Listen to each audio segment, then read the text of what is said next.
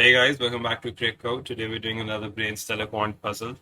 This one is the last of the easy problem series within the Brainstellar puzzles.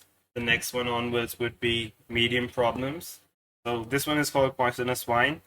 It's a pretty lengthy problem, so you guys can pause and go over it once. So just to try to help you guys really crunch down on what the problem is asking of us.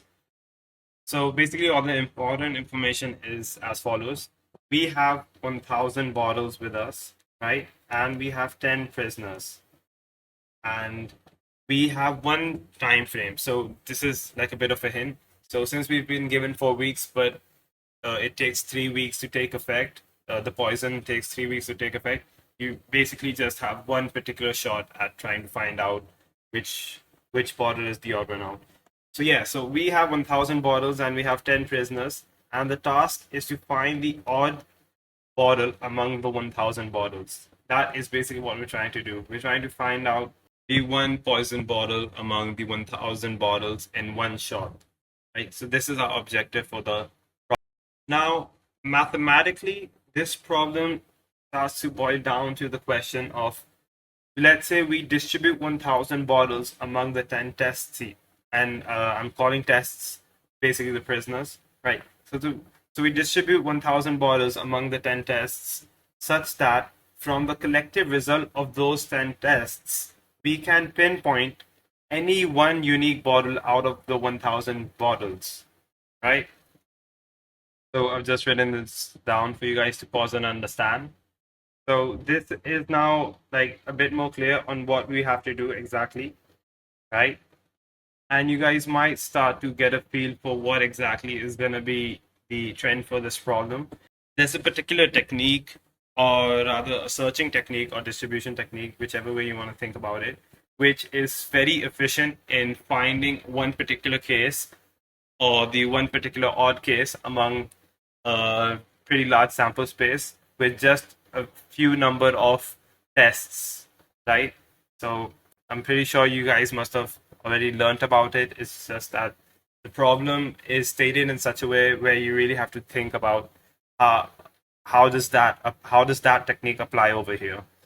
So just to boil this down even further so that it becomes even more clear, basically we have to represent 1,000 options with just 10 binary outcomes. So let me just write that down. So first of all, what do I mean by binary? Since the 10 tests really just tell you a binary value, they tell you whether the prisoner, which we gave a certain collection of the wine, is dead or alive. So that's all the information we really get. So that's why it's binary. And we have 10 of those tests. And from those 10 binary tests, we have to map them to 1,000 options. And each of those options have to be uniquely mapped. So basically, this is just a problem of mapping 1,000 options to 10 binary outcomes and the other way around, where the mapping has to be one to one, it has to be unique, and it has to be clear, right? So now I'll straight away show you the solution, and we'll be talking about the Brainstellar website provider solution because that is basically what I'm going to be talking about. So I'll just explain that solution. And by the way, the answer is to use binary strings of 10 digits.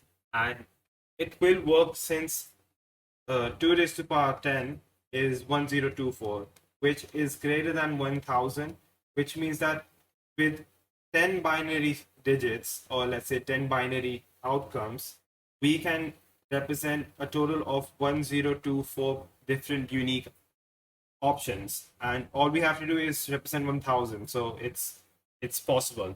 So the first paragraph just tells us that we have to mix the wines with each other and create combinations and serve those to the 10 tests in order to come to a solution. We can't just give each prisoner only one drink. In that way we could only test 10 wines, and we only have 3 weeks. We only have 4 weeks, and each test takes 3 weeks. So this solution obviously can't work. And it's also saying that since we have 10 tests and 2 to the power 10 is 1024, and that's greater than 1000, it is actually possible to come up with some sort of plan. It is talking about binary searching. This actually is binary searching if you think about it. It's just the other way around, in that makes sense. So basically the solution goes as this. The king assigns each servant a number 1 to 10, right? So you've got like test 1 all the way up to test. And this is basically just to find out the digits place. So you number the borders from 0 to 999, right? And then you label them like this. So basically, he's given every bottle a binary string of 10 digits. Now, for every bottle, you look at the label it has. You look at those places where it has one. So, for example, since let's say we pick up number 64, which is represented by this binary string over here. So yeah, so let's say we were to think about bottle number 64. Now, since it's got a one only in the sixth position, we only make prisoner number T6 drink this bottle, right? And we do that for each and every bottle. Now, what happens is, so once, let's say, the 3 weeks have passed and we get a certain number of prisoners dead, over here it's talking about number 4 and 7, so I'll just explain that. So we know that prisoner 4, and prisoner 7 were dead, which means that the bottle that had poison only affected these two guys, which meant that the bottle had to have a binary string where there's only a 1 in the 4th and the 7th position. That would have looked like this. So that means that we got the bottle numbers. Now all we have to do is convert this from binary to integer decimal, which would be 8 plus 64 equals to 72. So we know that the 72nd bottle was the one that had poison in it. I hope you guys understood the solution, and thanks for watching.